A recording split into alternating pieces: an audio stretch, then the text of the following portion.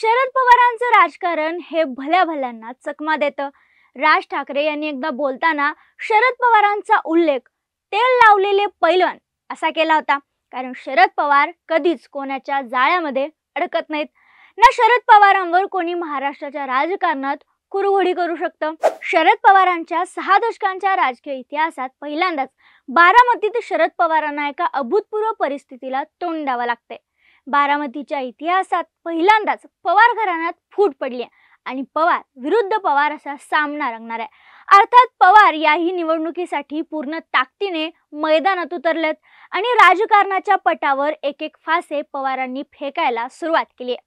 या फेकलेल्या फासांचे परिणाम आता हळूहळू दिसायला लागलेत। शरद पवार अजित पवारांच्या बंडांचा बिमोड कसा करणार? लोकसभा निवडणुकीत शरद पवार अजित पवारांना हरवणार का? आणि शरद पवारांकडे नेमकी काय रणनीती आहे? या सगळ्या गोष्टींची चर्चा आपण काही पुढच्या मिनिटात करणार आहोत।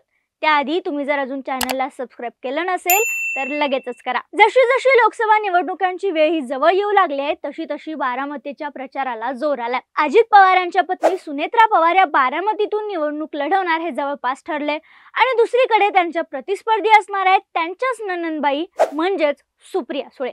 पण पडद्यामागचे कलाकार आहेत अजित पवार विरुद्ध शरद पवार। जरा बारकाईने बघितलं तर लक्षात येतं की बारामतीत अजित पवारांना एकटं पाडण्याचं नियोजन केलं जाते। नियोजन कसं केलं जाते यासाठी राजकारणात घडणाऱ्या एक एक घटना आता आपण बघूयात। यातली पहिली घटना म्हणजे पवार कुटुंब विरुद्ध अजित पवार। अजित पवारांनी शरद पवारांच्या विरुद्ध बंड करताच पवार कुटुंबातल्या बहुतेक सगळ्या व्यक्ती या अजित पवारांच्या विरोधात गेल्याचं चित्र आहे। आमदार असलेले रोहित पवार यांनी तर सुरुवातीपासूनच अजित पवारांवर टीकेची झोड उठवली आहे। दुसरीकडे रोहित पवार स्वतःला शरद पवारांचा राजकीय वारसदार म्हणून घोषित करण्याचा प्रयत्न करतात। रोहित पवारांचे वडील राजेंद्र पवार यांनी सुद्धा यांच्या घरगुती गोष्टीचा दाखला देत अनंतराव पवार यांच्या मुलाला संधी द्यायची म्हणून शरद पवार आणि आप्पासाहेब पवार यांनी अजित पवारांना राजकारणात संधी दिली नाही तर मीच 1992लाच राजकारणात आलो असतो असं विधान करून अजित पवारांवर टीका केली होती। शरद पवार आणि सुप्रिया सुळे हे तर उघडपणे अजित पवारांवर टीका करतात। या दोघांशिवाय अजित पवार यांचा सख्खा भाऊ असलेला श्रीनिवास पवार यांचा मुलगा योगेंद्र पवार यांनी सुद्धा अजित पवारांच्या विरोधात जात चक्क शरद पवारांच्या बाजूने बारामतीत प्रचाराला सुरुवात केली आहे। सगळं पवार कुटुंबीय माझ्या विरोधात गेल्याची खंत ही अजित पवारांनी स्वतःच एका जाहीर सभेतून बोलून दाखवली आहे। बारामतीमध्ये मला आणि माझ्या कुटुंबाला एकटं पाडलं जात असल्याचा आरोप अजित पवारांनी पवारांवर केला होता आणि एक प्रकारे मतदारांना भावनिक आव्हान देखील केलं होतं। त्यामुळे भावनिक पातळीवरती अजित पवार कुठेतरी कुटुंबापासून एकटे पडलेलं चित्र बारामतीमध्ये उभं राहते आणि त्याचा फटका अजित पवारांना नक्कीच बसू शकतो। दुसरा मुद्दा येतो तो अजित पवारांचे परंपरागत विरोधक अचानक सक्रिय होणे। अजित पवारांचे जुने विरोधी पुन्हा एकदा सक्रिय झाल्याचं बघायला मिळते। यावेळेस अजित पवारांच्या विरोधात नुसते ते सक्रिय झाले नाहीयेत तर अजित पवारांवर जोरदार टीका करताना दिसतात। मुख्य म्हणजे सगळे विरोधक हे आताच्या महाराष्ट्रातल्या राजकीय समीकरणानुसार महायुतीत आहेत, म्हणजेच अजित पवारांच्या सहकारी पक्षात ते आहेत। असं असताना त्यांनी अजित पवारांविरुद्ध टीका करणं हे राजकारणात बसत नाही, पण तरीही टीका होतीये। अजित पवारांचे जुने विरोधक असलेले हर्षवर्धन पाटील त्यांनी अजित पवारांना लोकसभेला मतदान करणार नाही असं सांगत चांगलंच कोंडीत पकडले। तर पुरंदरचे अजित पवारांचे कट्टर विरोधक असलेले विजय शिवतारे यांनी थेट लोकसभा अपक्ष लढवणार असल्याचं सांगत अजित पवारांच्या तोंडाचं पाणी पळवलंय। आणि तिसरीकडे जुने विरोधक थोपटेंच्या घरी जात शरद पवारांनी त्यांचे जुने भांडणे मिटवून घेत अजून एक मतदारसंघ स्वतःसाठी सुरक्षित केला। आता यानुसार बारामती अडकून ठेवण्याचं नियोजन शरद पवारांचे। शरद पवारांनी लोकसभा निवडणुकीत फासे टाकायला सुरुवात करताच बारामतीतील स्वतःची सगळी जुनी जाणती कार्यकर्त्यांची फळी ही सक्रिय केली आणि त्यामुळे बारामतीच्या मतदारसंघात फिरताना अजित पवारांची चांगलीच दमछाक होतीये। आता पवारांचं हे बेरजेचं राजकारण अजित पवारांच्या मुळावर उठलं। शरद पवारांना ज्या निवडणुकीत जास्त मतं मिळवणं शक्य नसतं तेव्हा ते बाकीच्यांची मतं कापायला सुरुवात करतात।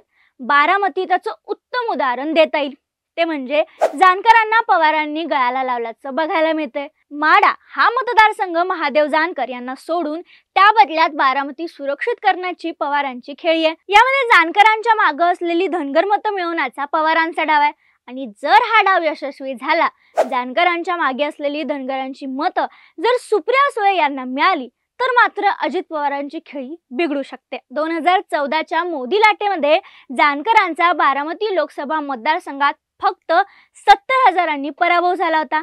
आणि ही गोष्ट लक्षात घेता शरद पवारने बेरजेचं राजकारण करत, जातीय समीकरणाची अचूक मांडणी करत मतदारसंघातला प्रत्येक छोटा मोठा नेता गाला लावायला सुरुवात केली आहे. तसेच आता सहानुभूतीच्या लाटेमुळे अजित पवारांची चांगलीच कोंडी होऊ शकते.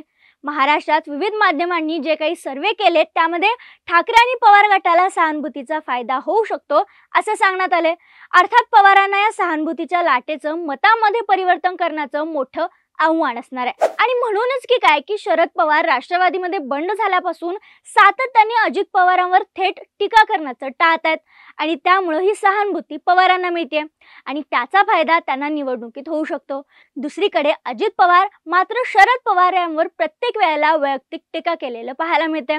त्यामुळे कुठेतरी अजित पवारांना सहानुभूती मिळण्याऐवजी ती शरद पवारांकडे जाते आणि त्यामुळे अजित पवारांना याचा फटका बसू शकतो. त्यांना भावनिक पातळीवरती एकटं पाडलं जाऊ शकतं.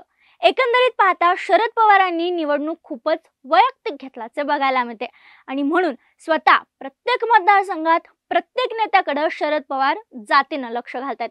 सुप्रिया सुळेंसाठी अर्थात लेकीसाठी तिचा बाप भक्कम उभा राहताना दिसून येतोय. शरद पवारांची रणनीती अजित पवारांना जड जाईल का? हे जे सगळे फासे शरद पवारांनी टाकलेत त्यामुळे अजित पवार खरंच एकटं पडलेत का? त्यांना एकटं पाडलं जाते काय?